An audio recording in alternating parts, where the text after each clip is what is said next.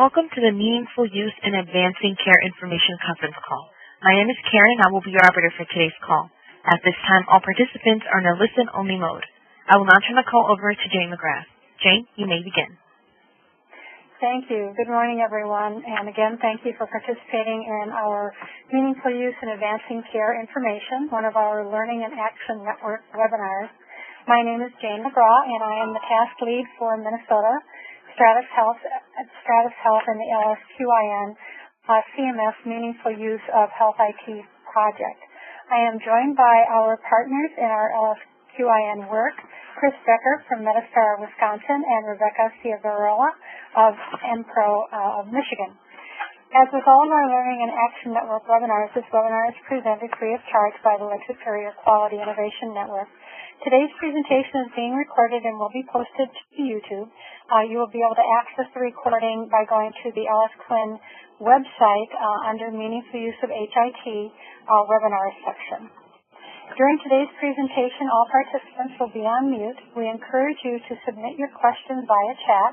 We will address as many questions as possible toward the end of the call today. We have quite a bit of information that we want to cover, and so we will try to address those questions as we get to the last 5 minutes or so of today's presentation. You also will find that there is a tab on the top of your presentation where it says MU and Advanced, it says Advancing Care Information. If you click on that tab, you will be able to save today's PowerPoint presentation for yourself. So if you want to do that, and then just click back on the MU and ACI to get back to the actual presentation itself. If you have additional questions, again, as I mentioned, we're going to try and answer as many questions as we can today. But if you do have additional questions after the presentation, please reach out to any one of the Meaningful Use HIT representatives from, if you're from Minnesota, to me, or to Chris Becker, or to Rebecca from Michigan. We are very excited to have two Meaningful Use and Quality Payment Program subject matter experts presenting today, Reed Haza and Dr. Lisa Gall. Reed is a healthcare IT consultant and project manager for Stratus Health based in Minneapolis, Minnesota, with an MA in Health Information Management. His current work includes support of Meaningful Use and now the MACRA, MIPS, and APMs through Stratus Health and Lake Superior Quinn, helping primary care clinics to improve care for patients with prediabetes and hypertension as part of the CDC and Minnesota Department of Health Community Wellness Grant, as well as working with long-term care facilities to use EHR reports and data to avoid facility-acquired pressure ulcers. His prior work includes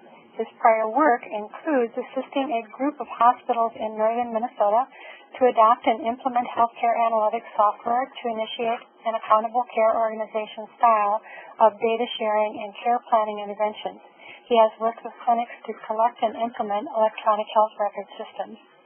Reed has provided guidance on all aspects of the Meaningful Use program since the inception of the EHR incentive program.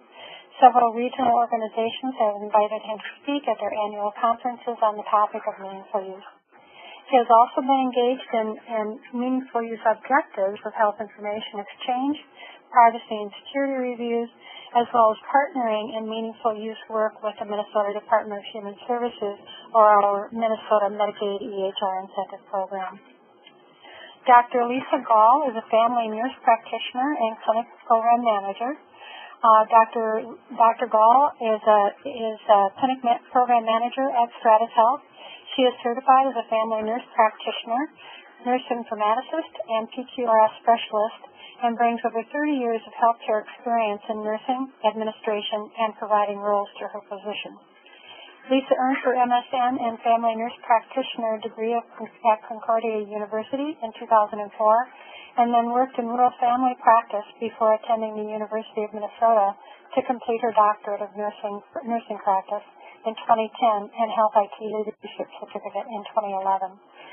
Lisa divided her time for the past 5 years between consulting at Stratus Health and clinical practice in ER and urgent care before joining Stratus Health full-time in January. Lisa worked with organizations across all care settings since 2011 on issues related to clinical practice, quality improvement, and healthcare technology. She supported multiple clients in achieving meaningful use goals for the REACH program, which is the Regional Extension Center for Health IT for Minnesota and North Dakota, and is well-versed in CMS quality payment and incentive programs. Lisa held key roles in several health IT projects: EHR implementation and optimization, EHR efficiency analysis, change management, clinical decision support, health information exchange, and healthcare transformation. Lisa has published, taught, and presented in various health IT topics and is the lead clinician for the Lake Superior Quinn and the CMS Transforming Clinical Practices Initiative. I will now turn it over to Dr. Gall and Reed.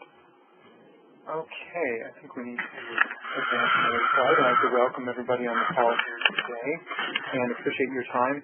What we're going to try and do is to make some sense out of this MACRA, MIPS, ACI, Quality Payment Program, kind of an acronym soup, if you will. And our real focus is looking at where we've been, kind of what we've been doing in meaningful use, and then moving into this new paradigm of value payment programs, and where does really ACI, Advancing Care Information, the new label for meaningful use, fit within all of this, and think about the transition into this new program. So our objectives here, and you see the word proposed underlined 3 times, and so I'm just doing that for emphasis here, that we are in this notice of proposed rulemaking that was out earlier this year. We had a public comment period which closed out, and now CMS is evaluating all those comments, and we'll come out with a published rule probably in the November time frame. We'll talk a little bit more about that. So we have the proposed CMS Quality Payment Program. MACRA is the name of the overall legislation, and that's the Medicare Access and Shipper Reauthorization Act. MIPS and APMs are components of that, the 2 main tracks that you would be on as a provider. That's the Medicare Incentive Payment System and the alternative payment models. And we have a slide coming later, kind of towards the end, that helps you understand and interpret all these acronyms. And then, of course, we have a scoring component for advancing care information, and Lisa's going to talk about that today. And then we'll get into what the proposed timeline is. We know that there's some potential to shift this, but we're going to talk about what we know today in the proposed rule and what we can expect. And then we'll get into the current state of the EHR incentive program and really transitioning from meaningful use to ACI, some tips and considerations around that. And then, of course, as always, we like to provide you with some resources, some URLs there. So let's take a look at advancing care information and where it fits into this big constellation of what we're doing today, and where does it fit in with the quality payment program and MIPS track tomorrow. So in the lower portion there, you'll see that there are 4 components in the MIPS portion of the program. There's the quality component. That's the evolution of PQRS, resource use. That is kind of the relabeling and kind of reevaluation under the value-based modifier portion. And then new to us is the clinical practice improvement activities, a longer list of things to move your practice forward on some areas there. And then advancing care information is the rebranding, if you will, and kind of new construct of meaningful use. And so if we look at the upper portion, identified like who's doing meaningful use today, well, we have Medicaid eligible hospitals and critical access hospitals, as well as Medicare eligible hospitals and critical access hospitals, and then we have individual providers who are doing this under the Medicaid banner, if you will, and then we have Medicare. And I have that dotted line, and that's really what we're carving out, and that's what the MIPS is all about, is looking at just that segment of providers. The meaningful use program kind of continues on as it is today for these other folks, but for 2017 and moving forward, if you're an eligible provider, you'll now be known as an eligible clinician. We'll get a little bit more into the labels under advancing care information, and also you'll see in that lower bubble there, QPs. We won't get into that today, but that's a label if you're a provider under the alternative payment model. So, quality payment program, MIPS and MACRA. Let's look at this kind of from the start, from the high-level perspective. And like I mentioned, we have two tracks there. And what did this program want to accomplish overall? Well, the quality payment program is moving to value-based payment, getting away from the fee-for-service. Part of this legislation that came out last year repeals the sustainable growth rate, and there's some new kind of fixed rates, so we don't have the ongoing annual doc fix, as it's called. Of course, it streamlines that partially into the MIPS section, and then secondarily into the alternative payment models there. And then on the next slide, we'll see a little bit more granular view. We'll kind of get this narrower and narrower as we progress here. And MIPS is made up of the three programs, and I mentioned earlier, and we'll see that on the next slide as well, that we have the PQRS, Physician Quality Reporting Program, Value-Based Modifier, and Meaningful Use, or the Medicare Electronic Healthcare Records Incentive Program, bit of a mouthful as it's known, that are all components of MIPS. In this next slide here, you see that once again, I'm just providing that for emphasis so you can see how that all fits together, that those four categories fit within MIPS. So that's what we're going to talk about, that one category, advancing care information as part of MIPS. So let's take a look at who this impacts, and I mentioned the term eligible clinician. So if you're an eligible provider today, you'll be known as an eligible clinician under the ACI and MIPS program. We're also going to be incorporating other kind of roles within that. If you look in the lower left-hand portion of this slide, we have physicians who are participating in meaningful use today, but we're also going to bring in PAs, NPs, clinical nurse specialists, nurse anesthetists to that. They'll have some options for the first year or two here. If they're able to participate in the program and do these messages fantastic, or do these objectives, and measures fantastic. If not, they can actually take a 0 for advancing care information, and they'll reweight the other categories. Moving forward, CMS has written into the macro legislation that they have the capability to expand this to other roles such as, and I won't read all these, but occupational therapists, speech language pathologists, audiologists, etc., and you can look at that. So there is some flexibility, whereas we had a little bit more rigidity in the past as to who was participating. Also new to advancing care information is the fact that you can participate as an individual or as a group, and you can build virtual groups. And in the past, or currently I should say, we've had providers identified by their NPI number. Moving forward, under MIPS, you'll be identified through your tax identification number, TIN, and your NPI number. So that's how we'll bundle either individual or groups together. One thing that you should note about this, if you do choose, or your clinic chooses to participate as a group, you need to do that across all the MIPS categories, so the quality, the resource use, and the CPIA, clinical practice, and I'm forgetting the acronym right here, practice improvement activities. I'll tell you, there's so many acronyms, it's hard to keep track of them all here. So that's going to be a change going forward. So who's not eligible? There's three groupings. And also, I might note, you'll see that these slides look somewhat familiar. If you've been through the CMS webinars, we just kind of took their content and we're kind of rephrasing it, kind of putting it in some new context here, but wanted to keep that level of familiarity for you for those who've been through the CMS webinars. So the three groups. So if you're a first year of provider participating in Medicare Part B, you would be exempt from this. If you don't meet certain thresholds, and on the next slide, there's some verbiage there, but I'll kind of read this here a little bit in fine print. But if you're doing $10,000 or less and have 100 or fewer Medicare patients in 1 year, that's an and, not an or, then you would not have to participate in ACI or MIPS. And then there's also those providers who come under the advanced alternative payment models who are kind of fully qualified for that program. So one thing you should note is that you might be a provider, an eligible clinician, and also in an ACO, and thinking like, oh, great, I'm covered by that. I'll get that 5% bonus every year. Not necessarily so. You have to be in an advanced alternative payment model. That's a little bit outside of the scope for our presentation today, but just be aware that the majority of folks that are doing meaningful use, and even those that are in those APMs, very likely will be under the MIPS reporting umbrella for next year. So the next slide again, just kind of reiterates what I was talking about there, the eligible clinician and seeing the 100 Medicare patients or fewer, and then the $10,000 threshold or less for Part B payments. Adding to that is Method 2 billing. So if you've been participating in that, if you're doing Method 2 billing and became a few years back eligible for the Meaningful Use Program, then you continue to be eligible for the MIPS program as well in the ACI. So on a higher level, this kind of shows those payment adjustments going forward, and this is kind of a new paradigm, if you will.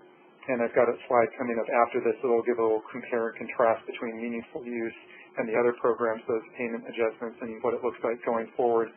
But this slide, you'll see kind of little red arrows pointing up. The percentage adjustments correspond to 2019, which will be the first payment adjustment year, 2020, 21, and going forward. And so you have the possibility of going in the positive range, plus 4% or minus 4% or somewhere in between, and that just escalates over the years from 5, 7 to 9%.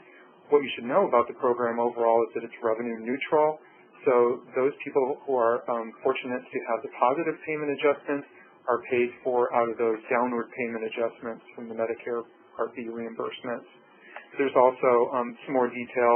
We're not going to go into all of that here today, that there is potential increases above and beyond. There's a multiplier of times 3 if you're doing exceptional work, providing high value, high quality care at lower cost. Then there's some additional incentives in there. So in the next slide, I mentioned there's a nice kind of compare and contrast, and I do want to give credit to the Minnesota Medical Association, Jane Silversmith, who did this presentation, and this is kind of a copy and paste slide, but she did a very nice job at presenting where we've been with the payment adjustments in the prior years. So very small to see, but that's 2015 starting on the left-hand side, and 2016, 17, and 18. And you can see that there's components of those payment adjustments that correspond to the Meaningful Use Incentive Program. Then there's also the PQRS adjustment and the potential value-based modifier adjustment. So we know that those are cumulative. So by the time we get to 2018, the last payment adjustment year under those separate programs, you could potentially have a downward payment adjustment, really if you did nothing or no reporting, of 10%. But notice when we kind of cross that red vertical line there into the threshold of 2019, that kind of snaps back to a lower adjustment of 4%, but then once again kind of continues to progress to 5, 7, and 9% over time. And also above the line, you see those same numbers with, in the blue boxes, dark blue, there's some potential above and beyond those 4, 5, 7, and 9% adjustments. So that is a very quick overview, but I wanted to give it some context here. And now Lisa's going to talk a little bit about the proposed scoring for ACI. Great, thanks, Reed. Good intro. And we did beg, borrow, and steal a lot of those slides from CMS, so hopefully those are familiar to you. So I'm going to talk a little bit now about the proposed scoring for ACI. And on this screen, it talks about there are 4 program components that are listed that CMS will take into consideration to arrive at a composite performance score. Those are taken from the PQRS in quality. The quality star is from both the meaningful use clinical quality measures and PQRS. The resource use is the previously value-based modifier, the clinical practice improvement activities, and the advancing care information, all combined in the MIPS composite score.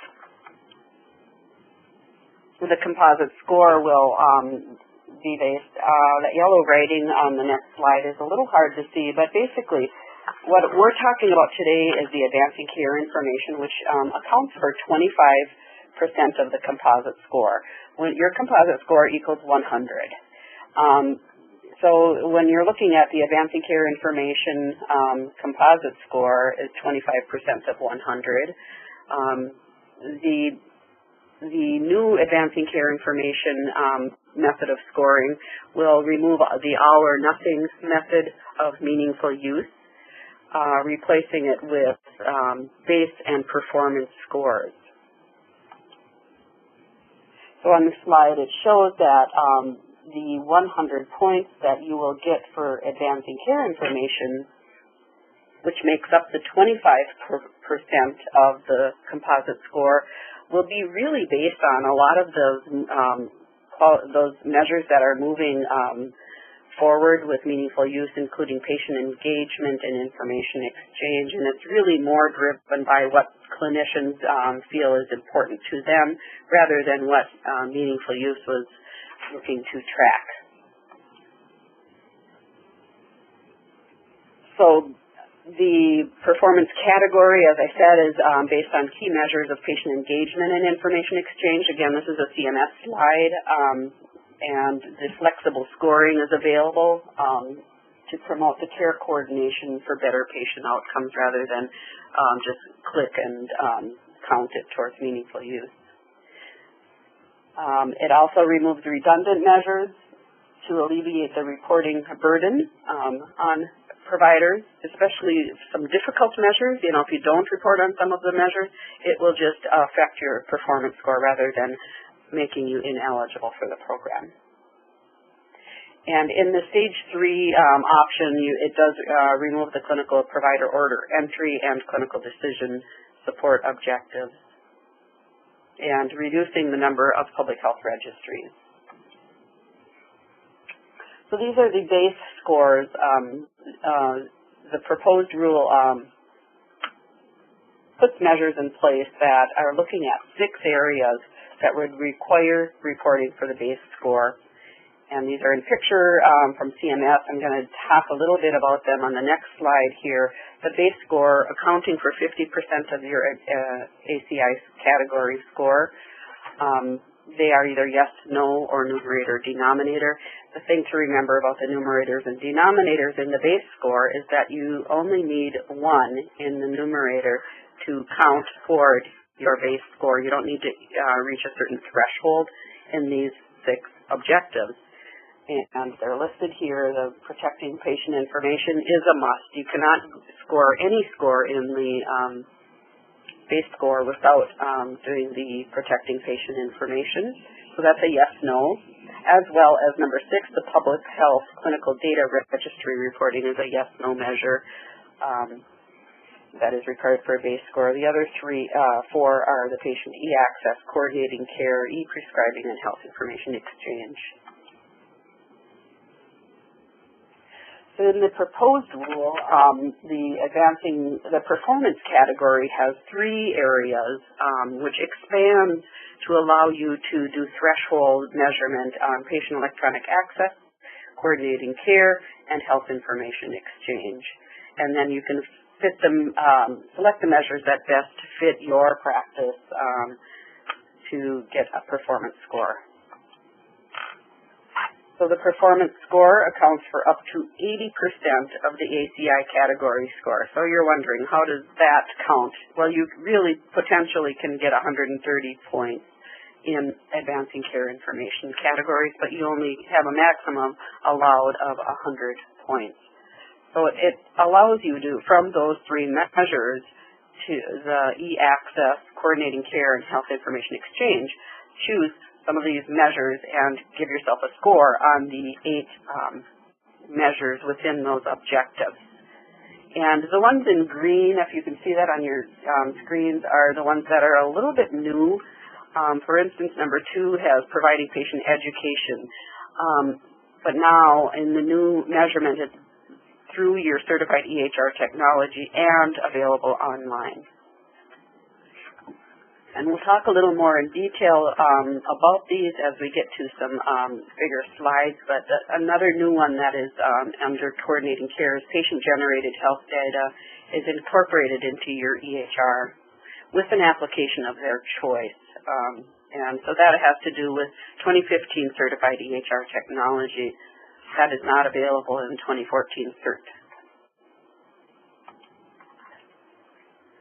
So just as an overview on the meaningful use to advancing care information, the base score is 50 points, the performance score is 80 points, and then you have an option for 1 bonus point if you have more than 1 area in the public health reporting that you are doing, you can add a bonus point to your score, and that equals the full 25 points. Well, it's 100 or more points, and then you receive the full 25 percentage points in the ACI category. Here's an example. In this screen, the base score across the top, the points received is 50. So this particular provider obtained all 6 measures to get 50 points in the base score. Then the performance score, this provider was able to score 10% in view, download, and transmit. So 10% of their patients were able to view, download, and transmit according to the measures. And so that score added 1 point. In the performance score of patient education, 33% of patients were provided online and within their certified EHR education. So that was 33%. So that was a 3.3 score. And then the same with the patient portal, and then you come up with your performance score to add those performance scores with the total base score.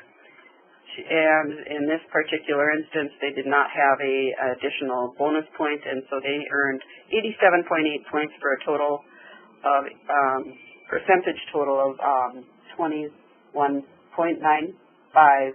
NIPS score. Taking into consideration that was 25% of the total score.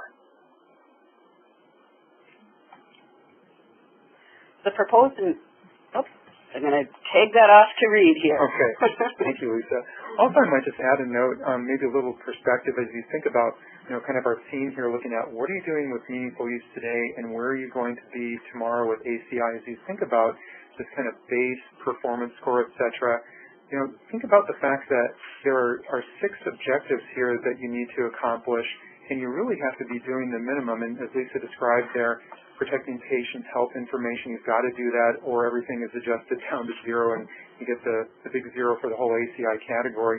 But you just have to do one instance of each of these other things, such as electronic prescribing, patient electronic access. Are you providing that capability to at least one patient? The coordination of care through patient engagement, and making things electronically accessible. And we're going to get into that in some upcoming slides that will kind of compare and contrast the modified stage 2 and the stage 3. And then also just for one more point of clarity, when you think about that performance score, I think Lisa did a nice job of outlining those different objectives that you can meet. So there's 3 objectives and 8 measures within there. Think about what you're doing today and which objectives you're doing really well at and what you're struggling with. And you can kind of do a little gap analysis when you think about what you're doing versus how do you accomplish that score of 100 for the ACI category. You might find that you're doing all of these things and great, you're up to that 131 total points and you exceeded the 100 threshold. But if you're not quite there yet and you're struggling with some things, then go ahead and select those things that you're really doing well at, and then work on those other things so you can get close to that 100 score under that new scoring system. So let's take a look at the proposed NIPS ACI timeline. We've got a graphic here, and it's kind of built to help you think about the division in those other slides where you saw that unique little provider icon there, that there are multiple folks like the Medicaid EPs, the Medicaid eligible hospitals and CAUSE, and Medicare EHs and CAUSE. All those folks up on the top, again divided by this red line here, are going to continue moving forward under the Meaningful Use Program basically as it is today. And there are some proposed modifications. Lisa's going to enumerate those later here. But on that bottom area, the first box is Meaningful Use for Medicare. We know that our last measurement period is here in 2016. And then 2017, that secondary or very bottom arrow in the lower section is ACI, and then we'll continue on moving through that. One small note about the Medicaid folks is this year is the last year to initiate participation in that program, and that will be wrapped up in 2021. So these years are a little far out, thinking about 5 years into the future, and we know that these programs get modified We'll talk a little bit about, well, what happens to my Medicaid eligible providers today in the context of ACI in just a moment here. If we take a look at a CMS graphic here, they just added some additional information, but it kind of bundles some of the concepts that we've talked about already. So that adjusted growth, or SGR, we see at the top that fee schedule, it kind of fixed it to 0.5 progression through the year 2019, and it doesn't change. And then it gets impacted later on by APM, or alternative payment model conversion factors, if you're participating in that or not. Under MIPS, those arrows, they don't align perfectly for the years. We really should have started directly under 2017, but probably a space issue here. But again, you see the four components in that progression of adjustments up or down from 4, 5, 7 to 9%. And then also, which we didn't touch on quite yet today, and it's a little bit out of scope for our conversation, is under the alternative payment models, you'll have the upward 5% incentive payment. So that's kind of food for thought as you progress through MIPS and you think about participating in an ACO. How will you make that transition to that other track, if you will? And also, I should comment too that you can move back and forth between the two tracks. So you may be participating in an ACO in one year, and for some reason or another, you don't meet certain thresholds or qualifications. You may find yourself, again, participating in MIPS, but a number of those activities that you're doing for the base score and performance score are things that you would be doing as really a qualifying provider, QP, or also known as an eligible clinician under MIPS. So let's move on and talk a little bit about the current state of the EHR incentive program, and like I said, we'll compare and contrast modified stage 2, and Lisa will kind of start us through this topic. Okay, thanks, Reed. And so this is a really busy slide, but it has a lot of really rich data in it. And so as you look down the column on the left on the modified stage 2 meaningful use, this is where we are today. You have 10 measures for eligible professionals and 9 measures for eligible hospitals. This presentation is more focusing on the eligible professionals because eligible hospitals, as Reed said, are not affected by meaningful use reporting changes in ACI. So the measures in blue, number 6 and number 7, in the new ACI model are going to move to another area or objective. So they get removed as a specific objective by themselves, but they don't go away. They just basically get moved under a different category of objectives as a measure. So when I talk about an objective, it's the complete, objective. There's 10 objectives on the left and there's 8 on the right. A measure is something within that objective that needs to be counted or included for your scoring for ACI or even for meaningful use. And so basically on the right side, you're going to see that they changed the name of Protect Patient Health Information to Electronic Health Information. It does not change the measure or the objective. It just changed the name to more reflect the use of electronic data. The things in red are things that are fairly new, including the greater than 40% of transitions of care are incorporated into your EHR. That's a new measure for Health Information Exchange objective number 5. So that means that when you get a transition of care summary, that needs to be incorporated into the new 2015 certified EHR technology automatically. It doesn't just get scanned into your electronic health record. Another new one is in number 6, the API of choice and the application program interface. Yeah, okay, great, thank you. The API of choice interacts with the certified EHR technology. That basically just says that a patient can bring their own personal health record, and that your EHR should be able to have that incorporated into the EHR technology of your clinic. And that is the 2015 certified versions of EHRs that will be the new next with Stage 3 and with ACI measures. Of course, you can't do that right now with your 2014 certified. This number 7 is a new category, a new objective, coordination of care and patient engagement. So that is a new category, but it pulls in that patients are able to view, download, and transmit, and that there's secure messaging going on. And then the new category is that greater than 5% of patients have patient-generated data into their electronic health record. And Lisa, I might add to that, for those objectives 6 and 7, some of the differences are really that in objective 6, you're just providing access and you're providing the capability, as Lisa talked about, this API. You have the possibility of interacting with another system. You're providing or opening up your system for patients to retrieve information, whereas in 7, it's the actually, what are you doing there? Is somebody actually viewing, downloading, or transmitting their PHI, or are you actually doing some sort of interaction with a third-party system or another EHR using that API? And also, I think that bears maybe just taking a moment, like, what is this API? It's kind of propeller head talk. It's kind of just a technology acronym for how does my system communicate or interact with other systems, in as much as we go out on the web and when we do a credit card transaction, there's some sort of programming interface that knows to send out that number, and your credit card number receives it and authorizes it, creates some sort of handshake between the two systems. That's really what the API is about, is having that technological kind of capability in place for systems to talk to each other. They're both talking the same language, hopefully English or some variation of that, but that's what the API really is.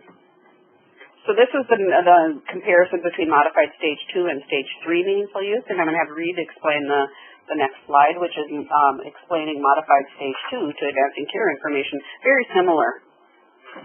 Yeah, and I apologize if you're seeing any formatting issues there under ACI. It's a little compressed and condensed. Sometimes these interesting tools like reformat things automatically. But largely it's what Lisa walked through. And under ACI, we've got that same sort of structure as the stage 3, because that's what it's based off of. And again, you'll see the protect electronic health information, the 2 items, clinical decision support and computerized provider order entry, and this notice of proposed rulemaking. They actually have a primary recommendation and a secondary or alternate recommendation. And their primary recommendation is actually not to include clinical decision support or computerized provider order entry. So they're open to comments on that. Of course, the comments are closed now, so it's up to CMS to make a determination as to the inclusion or exclusion of those. But the mere fact that they recommend that they not be part of the primary proposal is very likely that they have some feedback and data, much like other older measures and objectives that were topped out, or nationwide, folks were performing pretty well on those overall. And then one more comment on that. It might depend then also in 2017, and if you have 2014 certified EHR technology or 2015 certified EHR technology, on which method you would use for recording your advancing care information measures. And that's a good point. We don't have a separate slide on that, but you also need to consider that where are we right now from a vendor perspective in what's going on with this proposed rule, and then an expected January 1st, 2017 start date for an ACI full year measurement period. Well, we know that no vendors as of yet have certified for the 2015 version of their programs. I would expect that that's not going to start really happening or appearing until mid-year sometime or later. We'll see how that bears out. But again, we kind of get into those timing issues of we can roll this program out from a CMS perspective, but are we ready with the technology? If we're not, like Lisa was saying, most of us, I should say all of us right now are doing that modified stage 2 on 2014 certified technology, so we'll continue to move forward on that. We've got a couple recommendations, bullet points about that cert technology and a conversation you should probably have with your vendor regarding that. So, Lisa, do you have any other more comments on these ACI objectives or measures here? No, other than knowing that there's 2 different methodologies of reporting advancing care information, and it's that, the primary method and an alternate method, and I think it really kind of drives down to what certified, EHR you have. Very good. So on this following slide here, just some bullet points again, re-emphasizing that most thresholds have been reduced to having the capability of just doing one instance of that, so that is reflected in the base score advancing care information, and then any actual numerator or denominator considerations end up more in the performance category, those 80 points rather than the 50 points for the base score, where you would report something beyond the numerator of 1. And then also this is, I mentioned here, having that conversation with your vendor about this API capability and what does that mean, what do you need to set up or configure, or if you have a largely cloud-based system, is that something the vendor is going to do on your behalf when the time comes for that. So now let's switch gears a little bit and just talk about some overall tips and considerations, and I think Lisa is going to compare and contrast meaningful use in ACI kind of item by item here in a nice CMS graphic.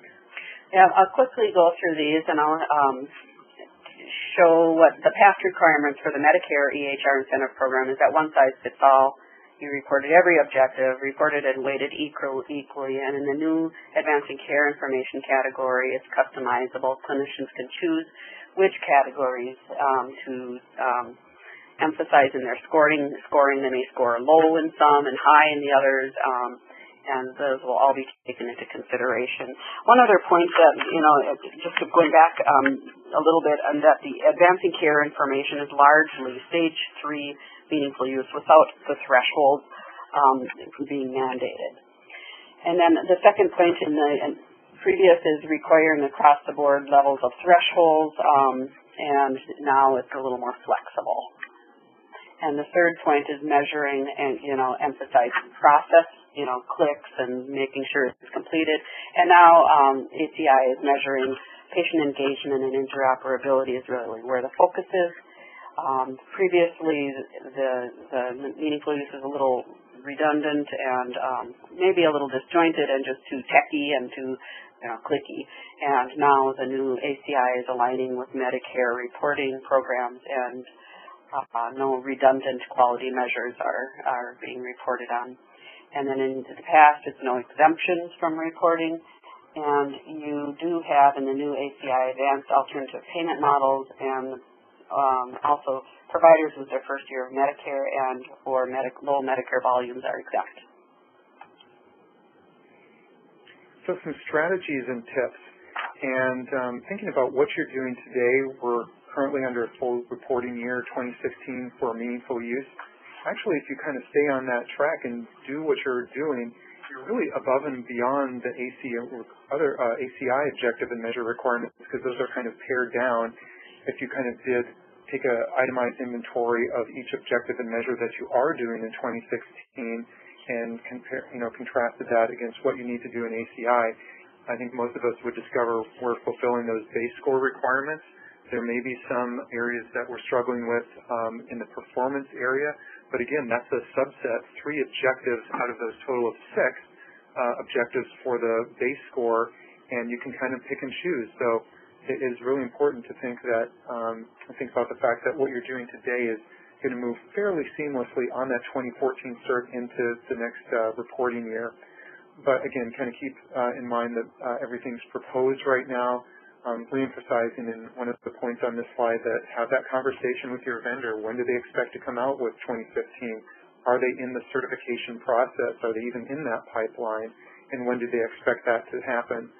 So we know that 2017 is an optional year for 2015 cert technology, and then according to the proposed rulemaking, that will become mandatory on January 1st unless there's some changes that are made to that.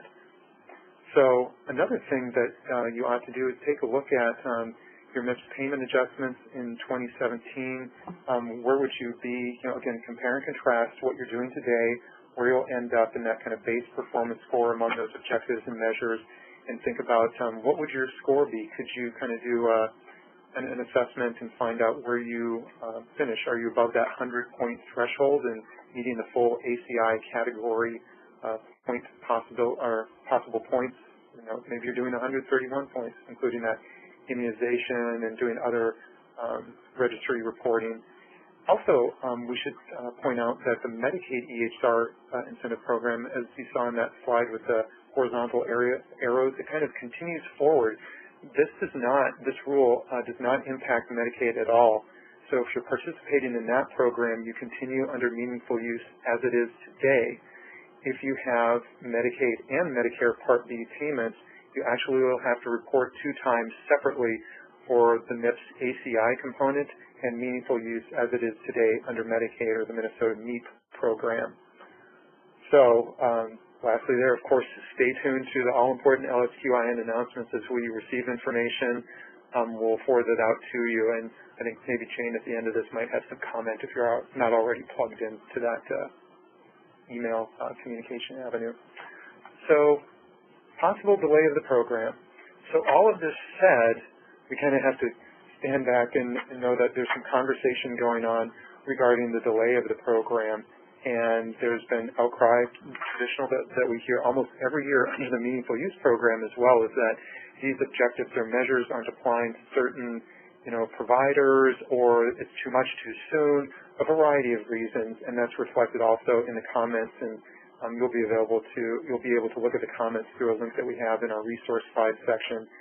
But the proposed rule is expected out after about 2 months of consideration after the close of the comment period in November 2016. So either we'll just be finishing up our Halloween candy when it comes out, or we're going to be sitting down to a nice Thanksgiving turkey, or maybe we'll be opening our Christmas presents.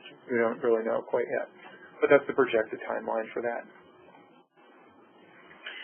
Thanks, Reed. And just one more point on that, proposed rule and what's happening now and what's happening in the future. If you're doing meaningful use now, I think you're sitting pretty well, overall. That's the good news. Is if you're hitting on all the areas, you're going to score well in advancing care information. So just remember that. Just continue the course and do your meaningful use as you're doing it today, and you're most likely to score really well. You might want to get ready for that 2015 cert.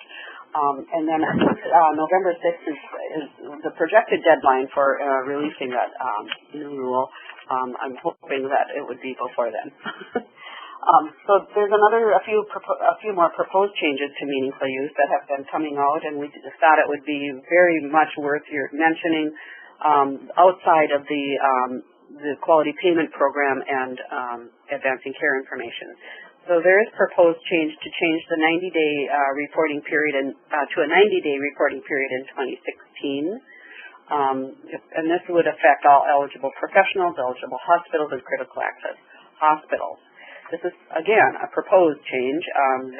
There's also a separate bill introduced on that same note for a 90-day reporting period in 2016. And again, stay the course, continue to do your measures for the full year as if this doesn't come into play, but it may come down to a 90-day period. The second proposed change is in the Medicare EHR incentive program for eligible hospitals and critical access hospitals, which would eliminate clinical decision support and CPOE objectives and measures, reduce the thresholds for some objectives and measures in the modified Stage 2 for 2017, and in Stage 3 for 2017 and 2018. Now, this is only the hospital rule, and this does not apply to eligible professionals and does not apply to the state's Medicaid EHR incentive program. The other pieces of this proposed changes are new participants in 27 can attest to modified Stage 2 until October 1st, 2017, and that there are significant hardship exceptions for new participants transitioning to MIPS in 2017. And that proposed rule, eligible professionals can apply for a hardship exception from the 2018 payment adjustment if they have not successfully demonstrated meaningful use in a prior year, or they intend to attest to meaningful use in 2017, and they intend to transition to MIPS or report on measures specified for the ACI category in 2017. So it's these brand new providers that would be excluded. And the next slide here is modifications to calculating the measures for actions outside of a 90-day EHR reporting period. So they're just allowing certain measure calculations for all MU measures in the full, for less than a full calendar year that can occur within the calendar year in which the EHR reporting period occurs. But if you have a full year reporting period, it has to occur within that year. Yeah, so these significant hardships that Lisa was alluding to, we have that concept under current meaningful use program where if there's certain things occurring where you just can't accomplish meaningful use for a year, you can certainly do an application.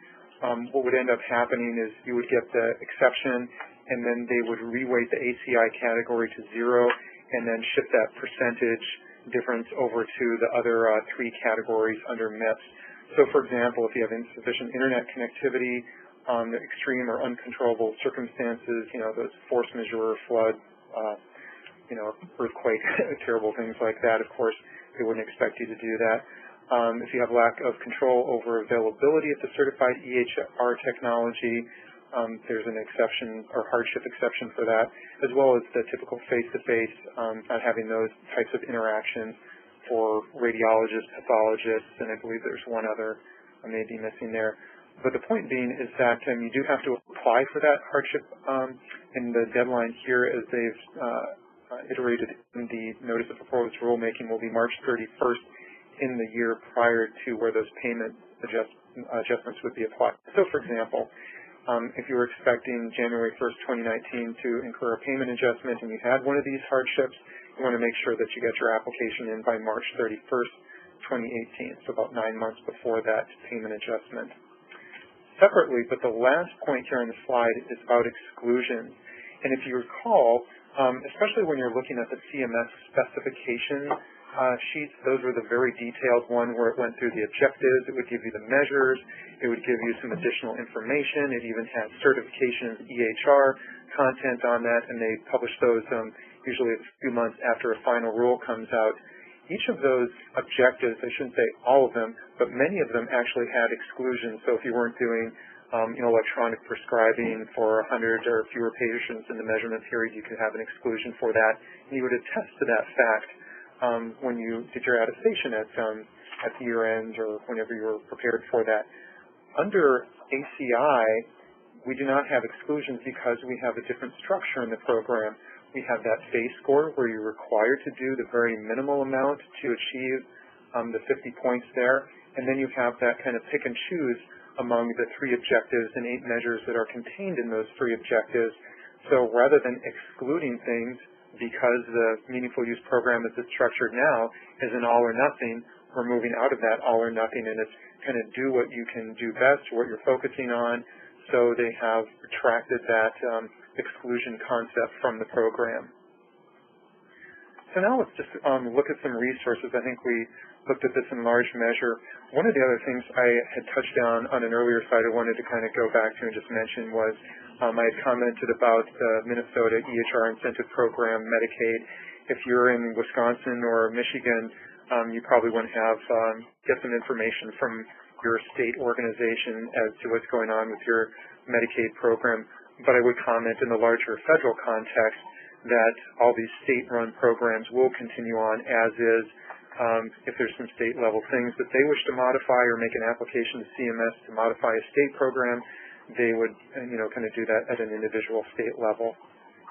So under the resource slides here, we've got the proposed rule, which came out on April 27th, and then there was a 90-day comment period. That second bullet point there, if you wanted to take a look at the comments and kind of get an idea or what the tenor of those comments was, you can certainly take a look at that.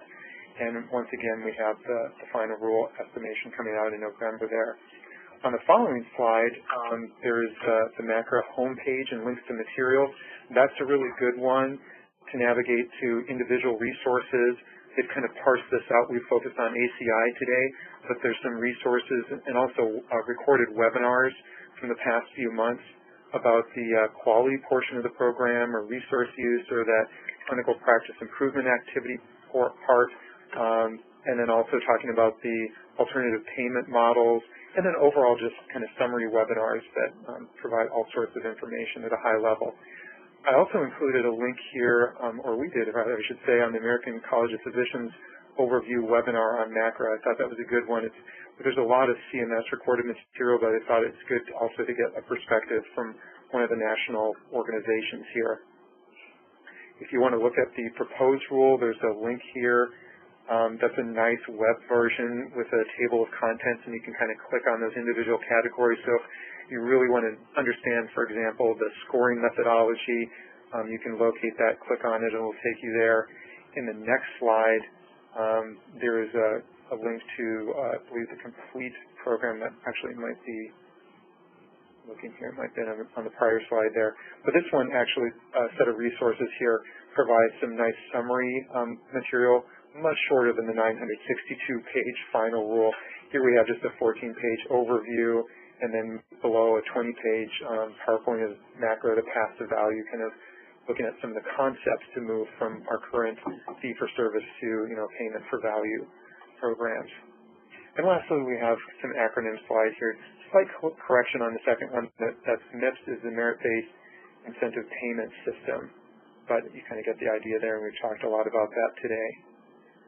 So that is a mouthful. Lisa, do you have anything else that you'd like to add or mention at this time? Not really. It was just a lot of stuff to cover, and so thank you for listening and for your attention, and I'm going to turn it over to Jane. Okay.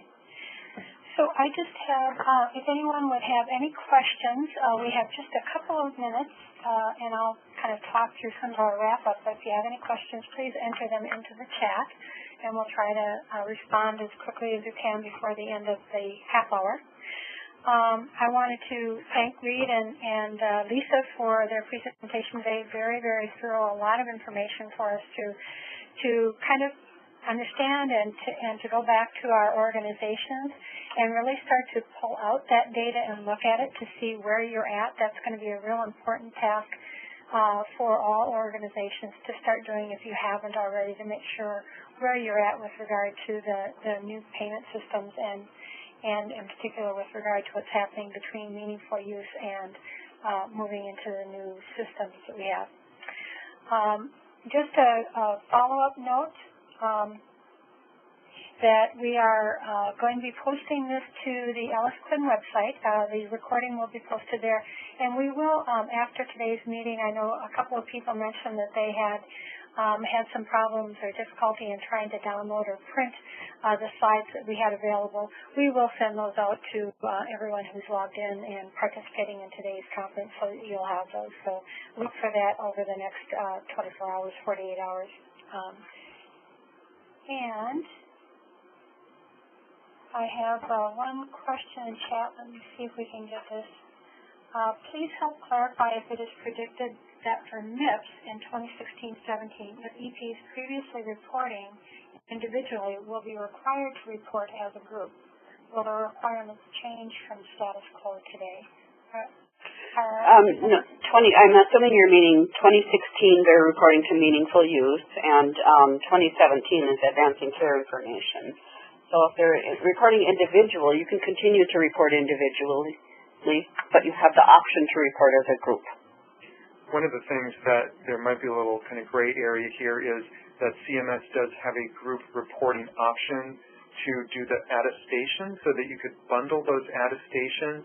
You're not actually combining folks into a group for measurement or anything. You're just doing a sort of a mass reporting or a mass attestation through, I believe, some Excel tools and so forth. So that is kind of group attestation, but not true group reporting. As you think about, like, for example, PQRS, you have group reporting option under that.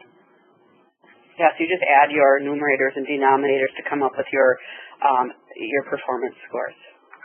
What would be the advantage of reporting as a group?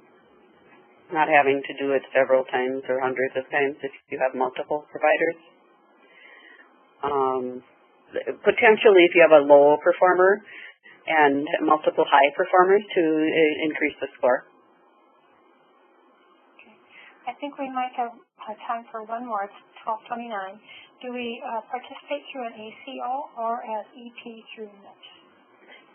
Do we participate through an ACO or as an EP through MIPS. And ACOs are still, if you're in a part of an ACO, there are no advanced payment models as of yet, and so you're going to be going through MIPS, but maybe your ACO will report for you. I don't know. That would be your ACO choice. Yeah, and I think that's a challenge, is making that determination whether you can fit into that track under advanced payment models, or I should say alternative payment models, and really the get out of jail free card for MIPS and reporting ACI and quality and resource use and CPIA is actually being in an advanced alternative payment model. There's some credit that's given if you're in an ACO, and you might be doing a number of things.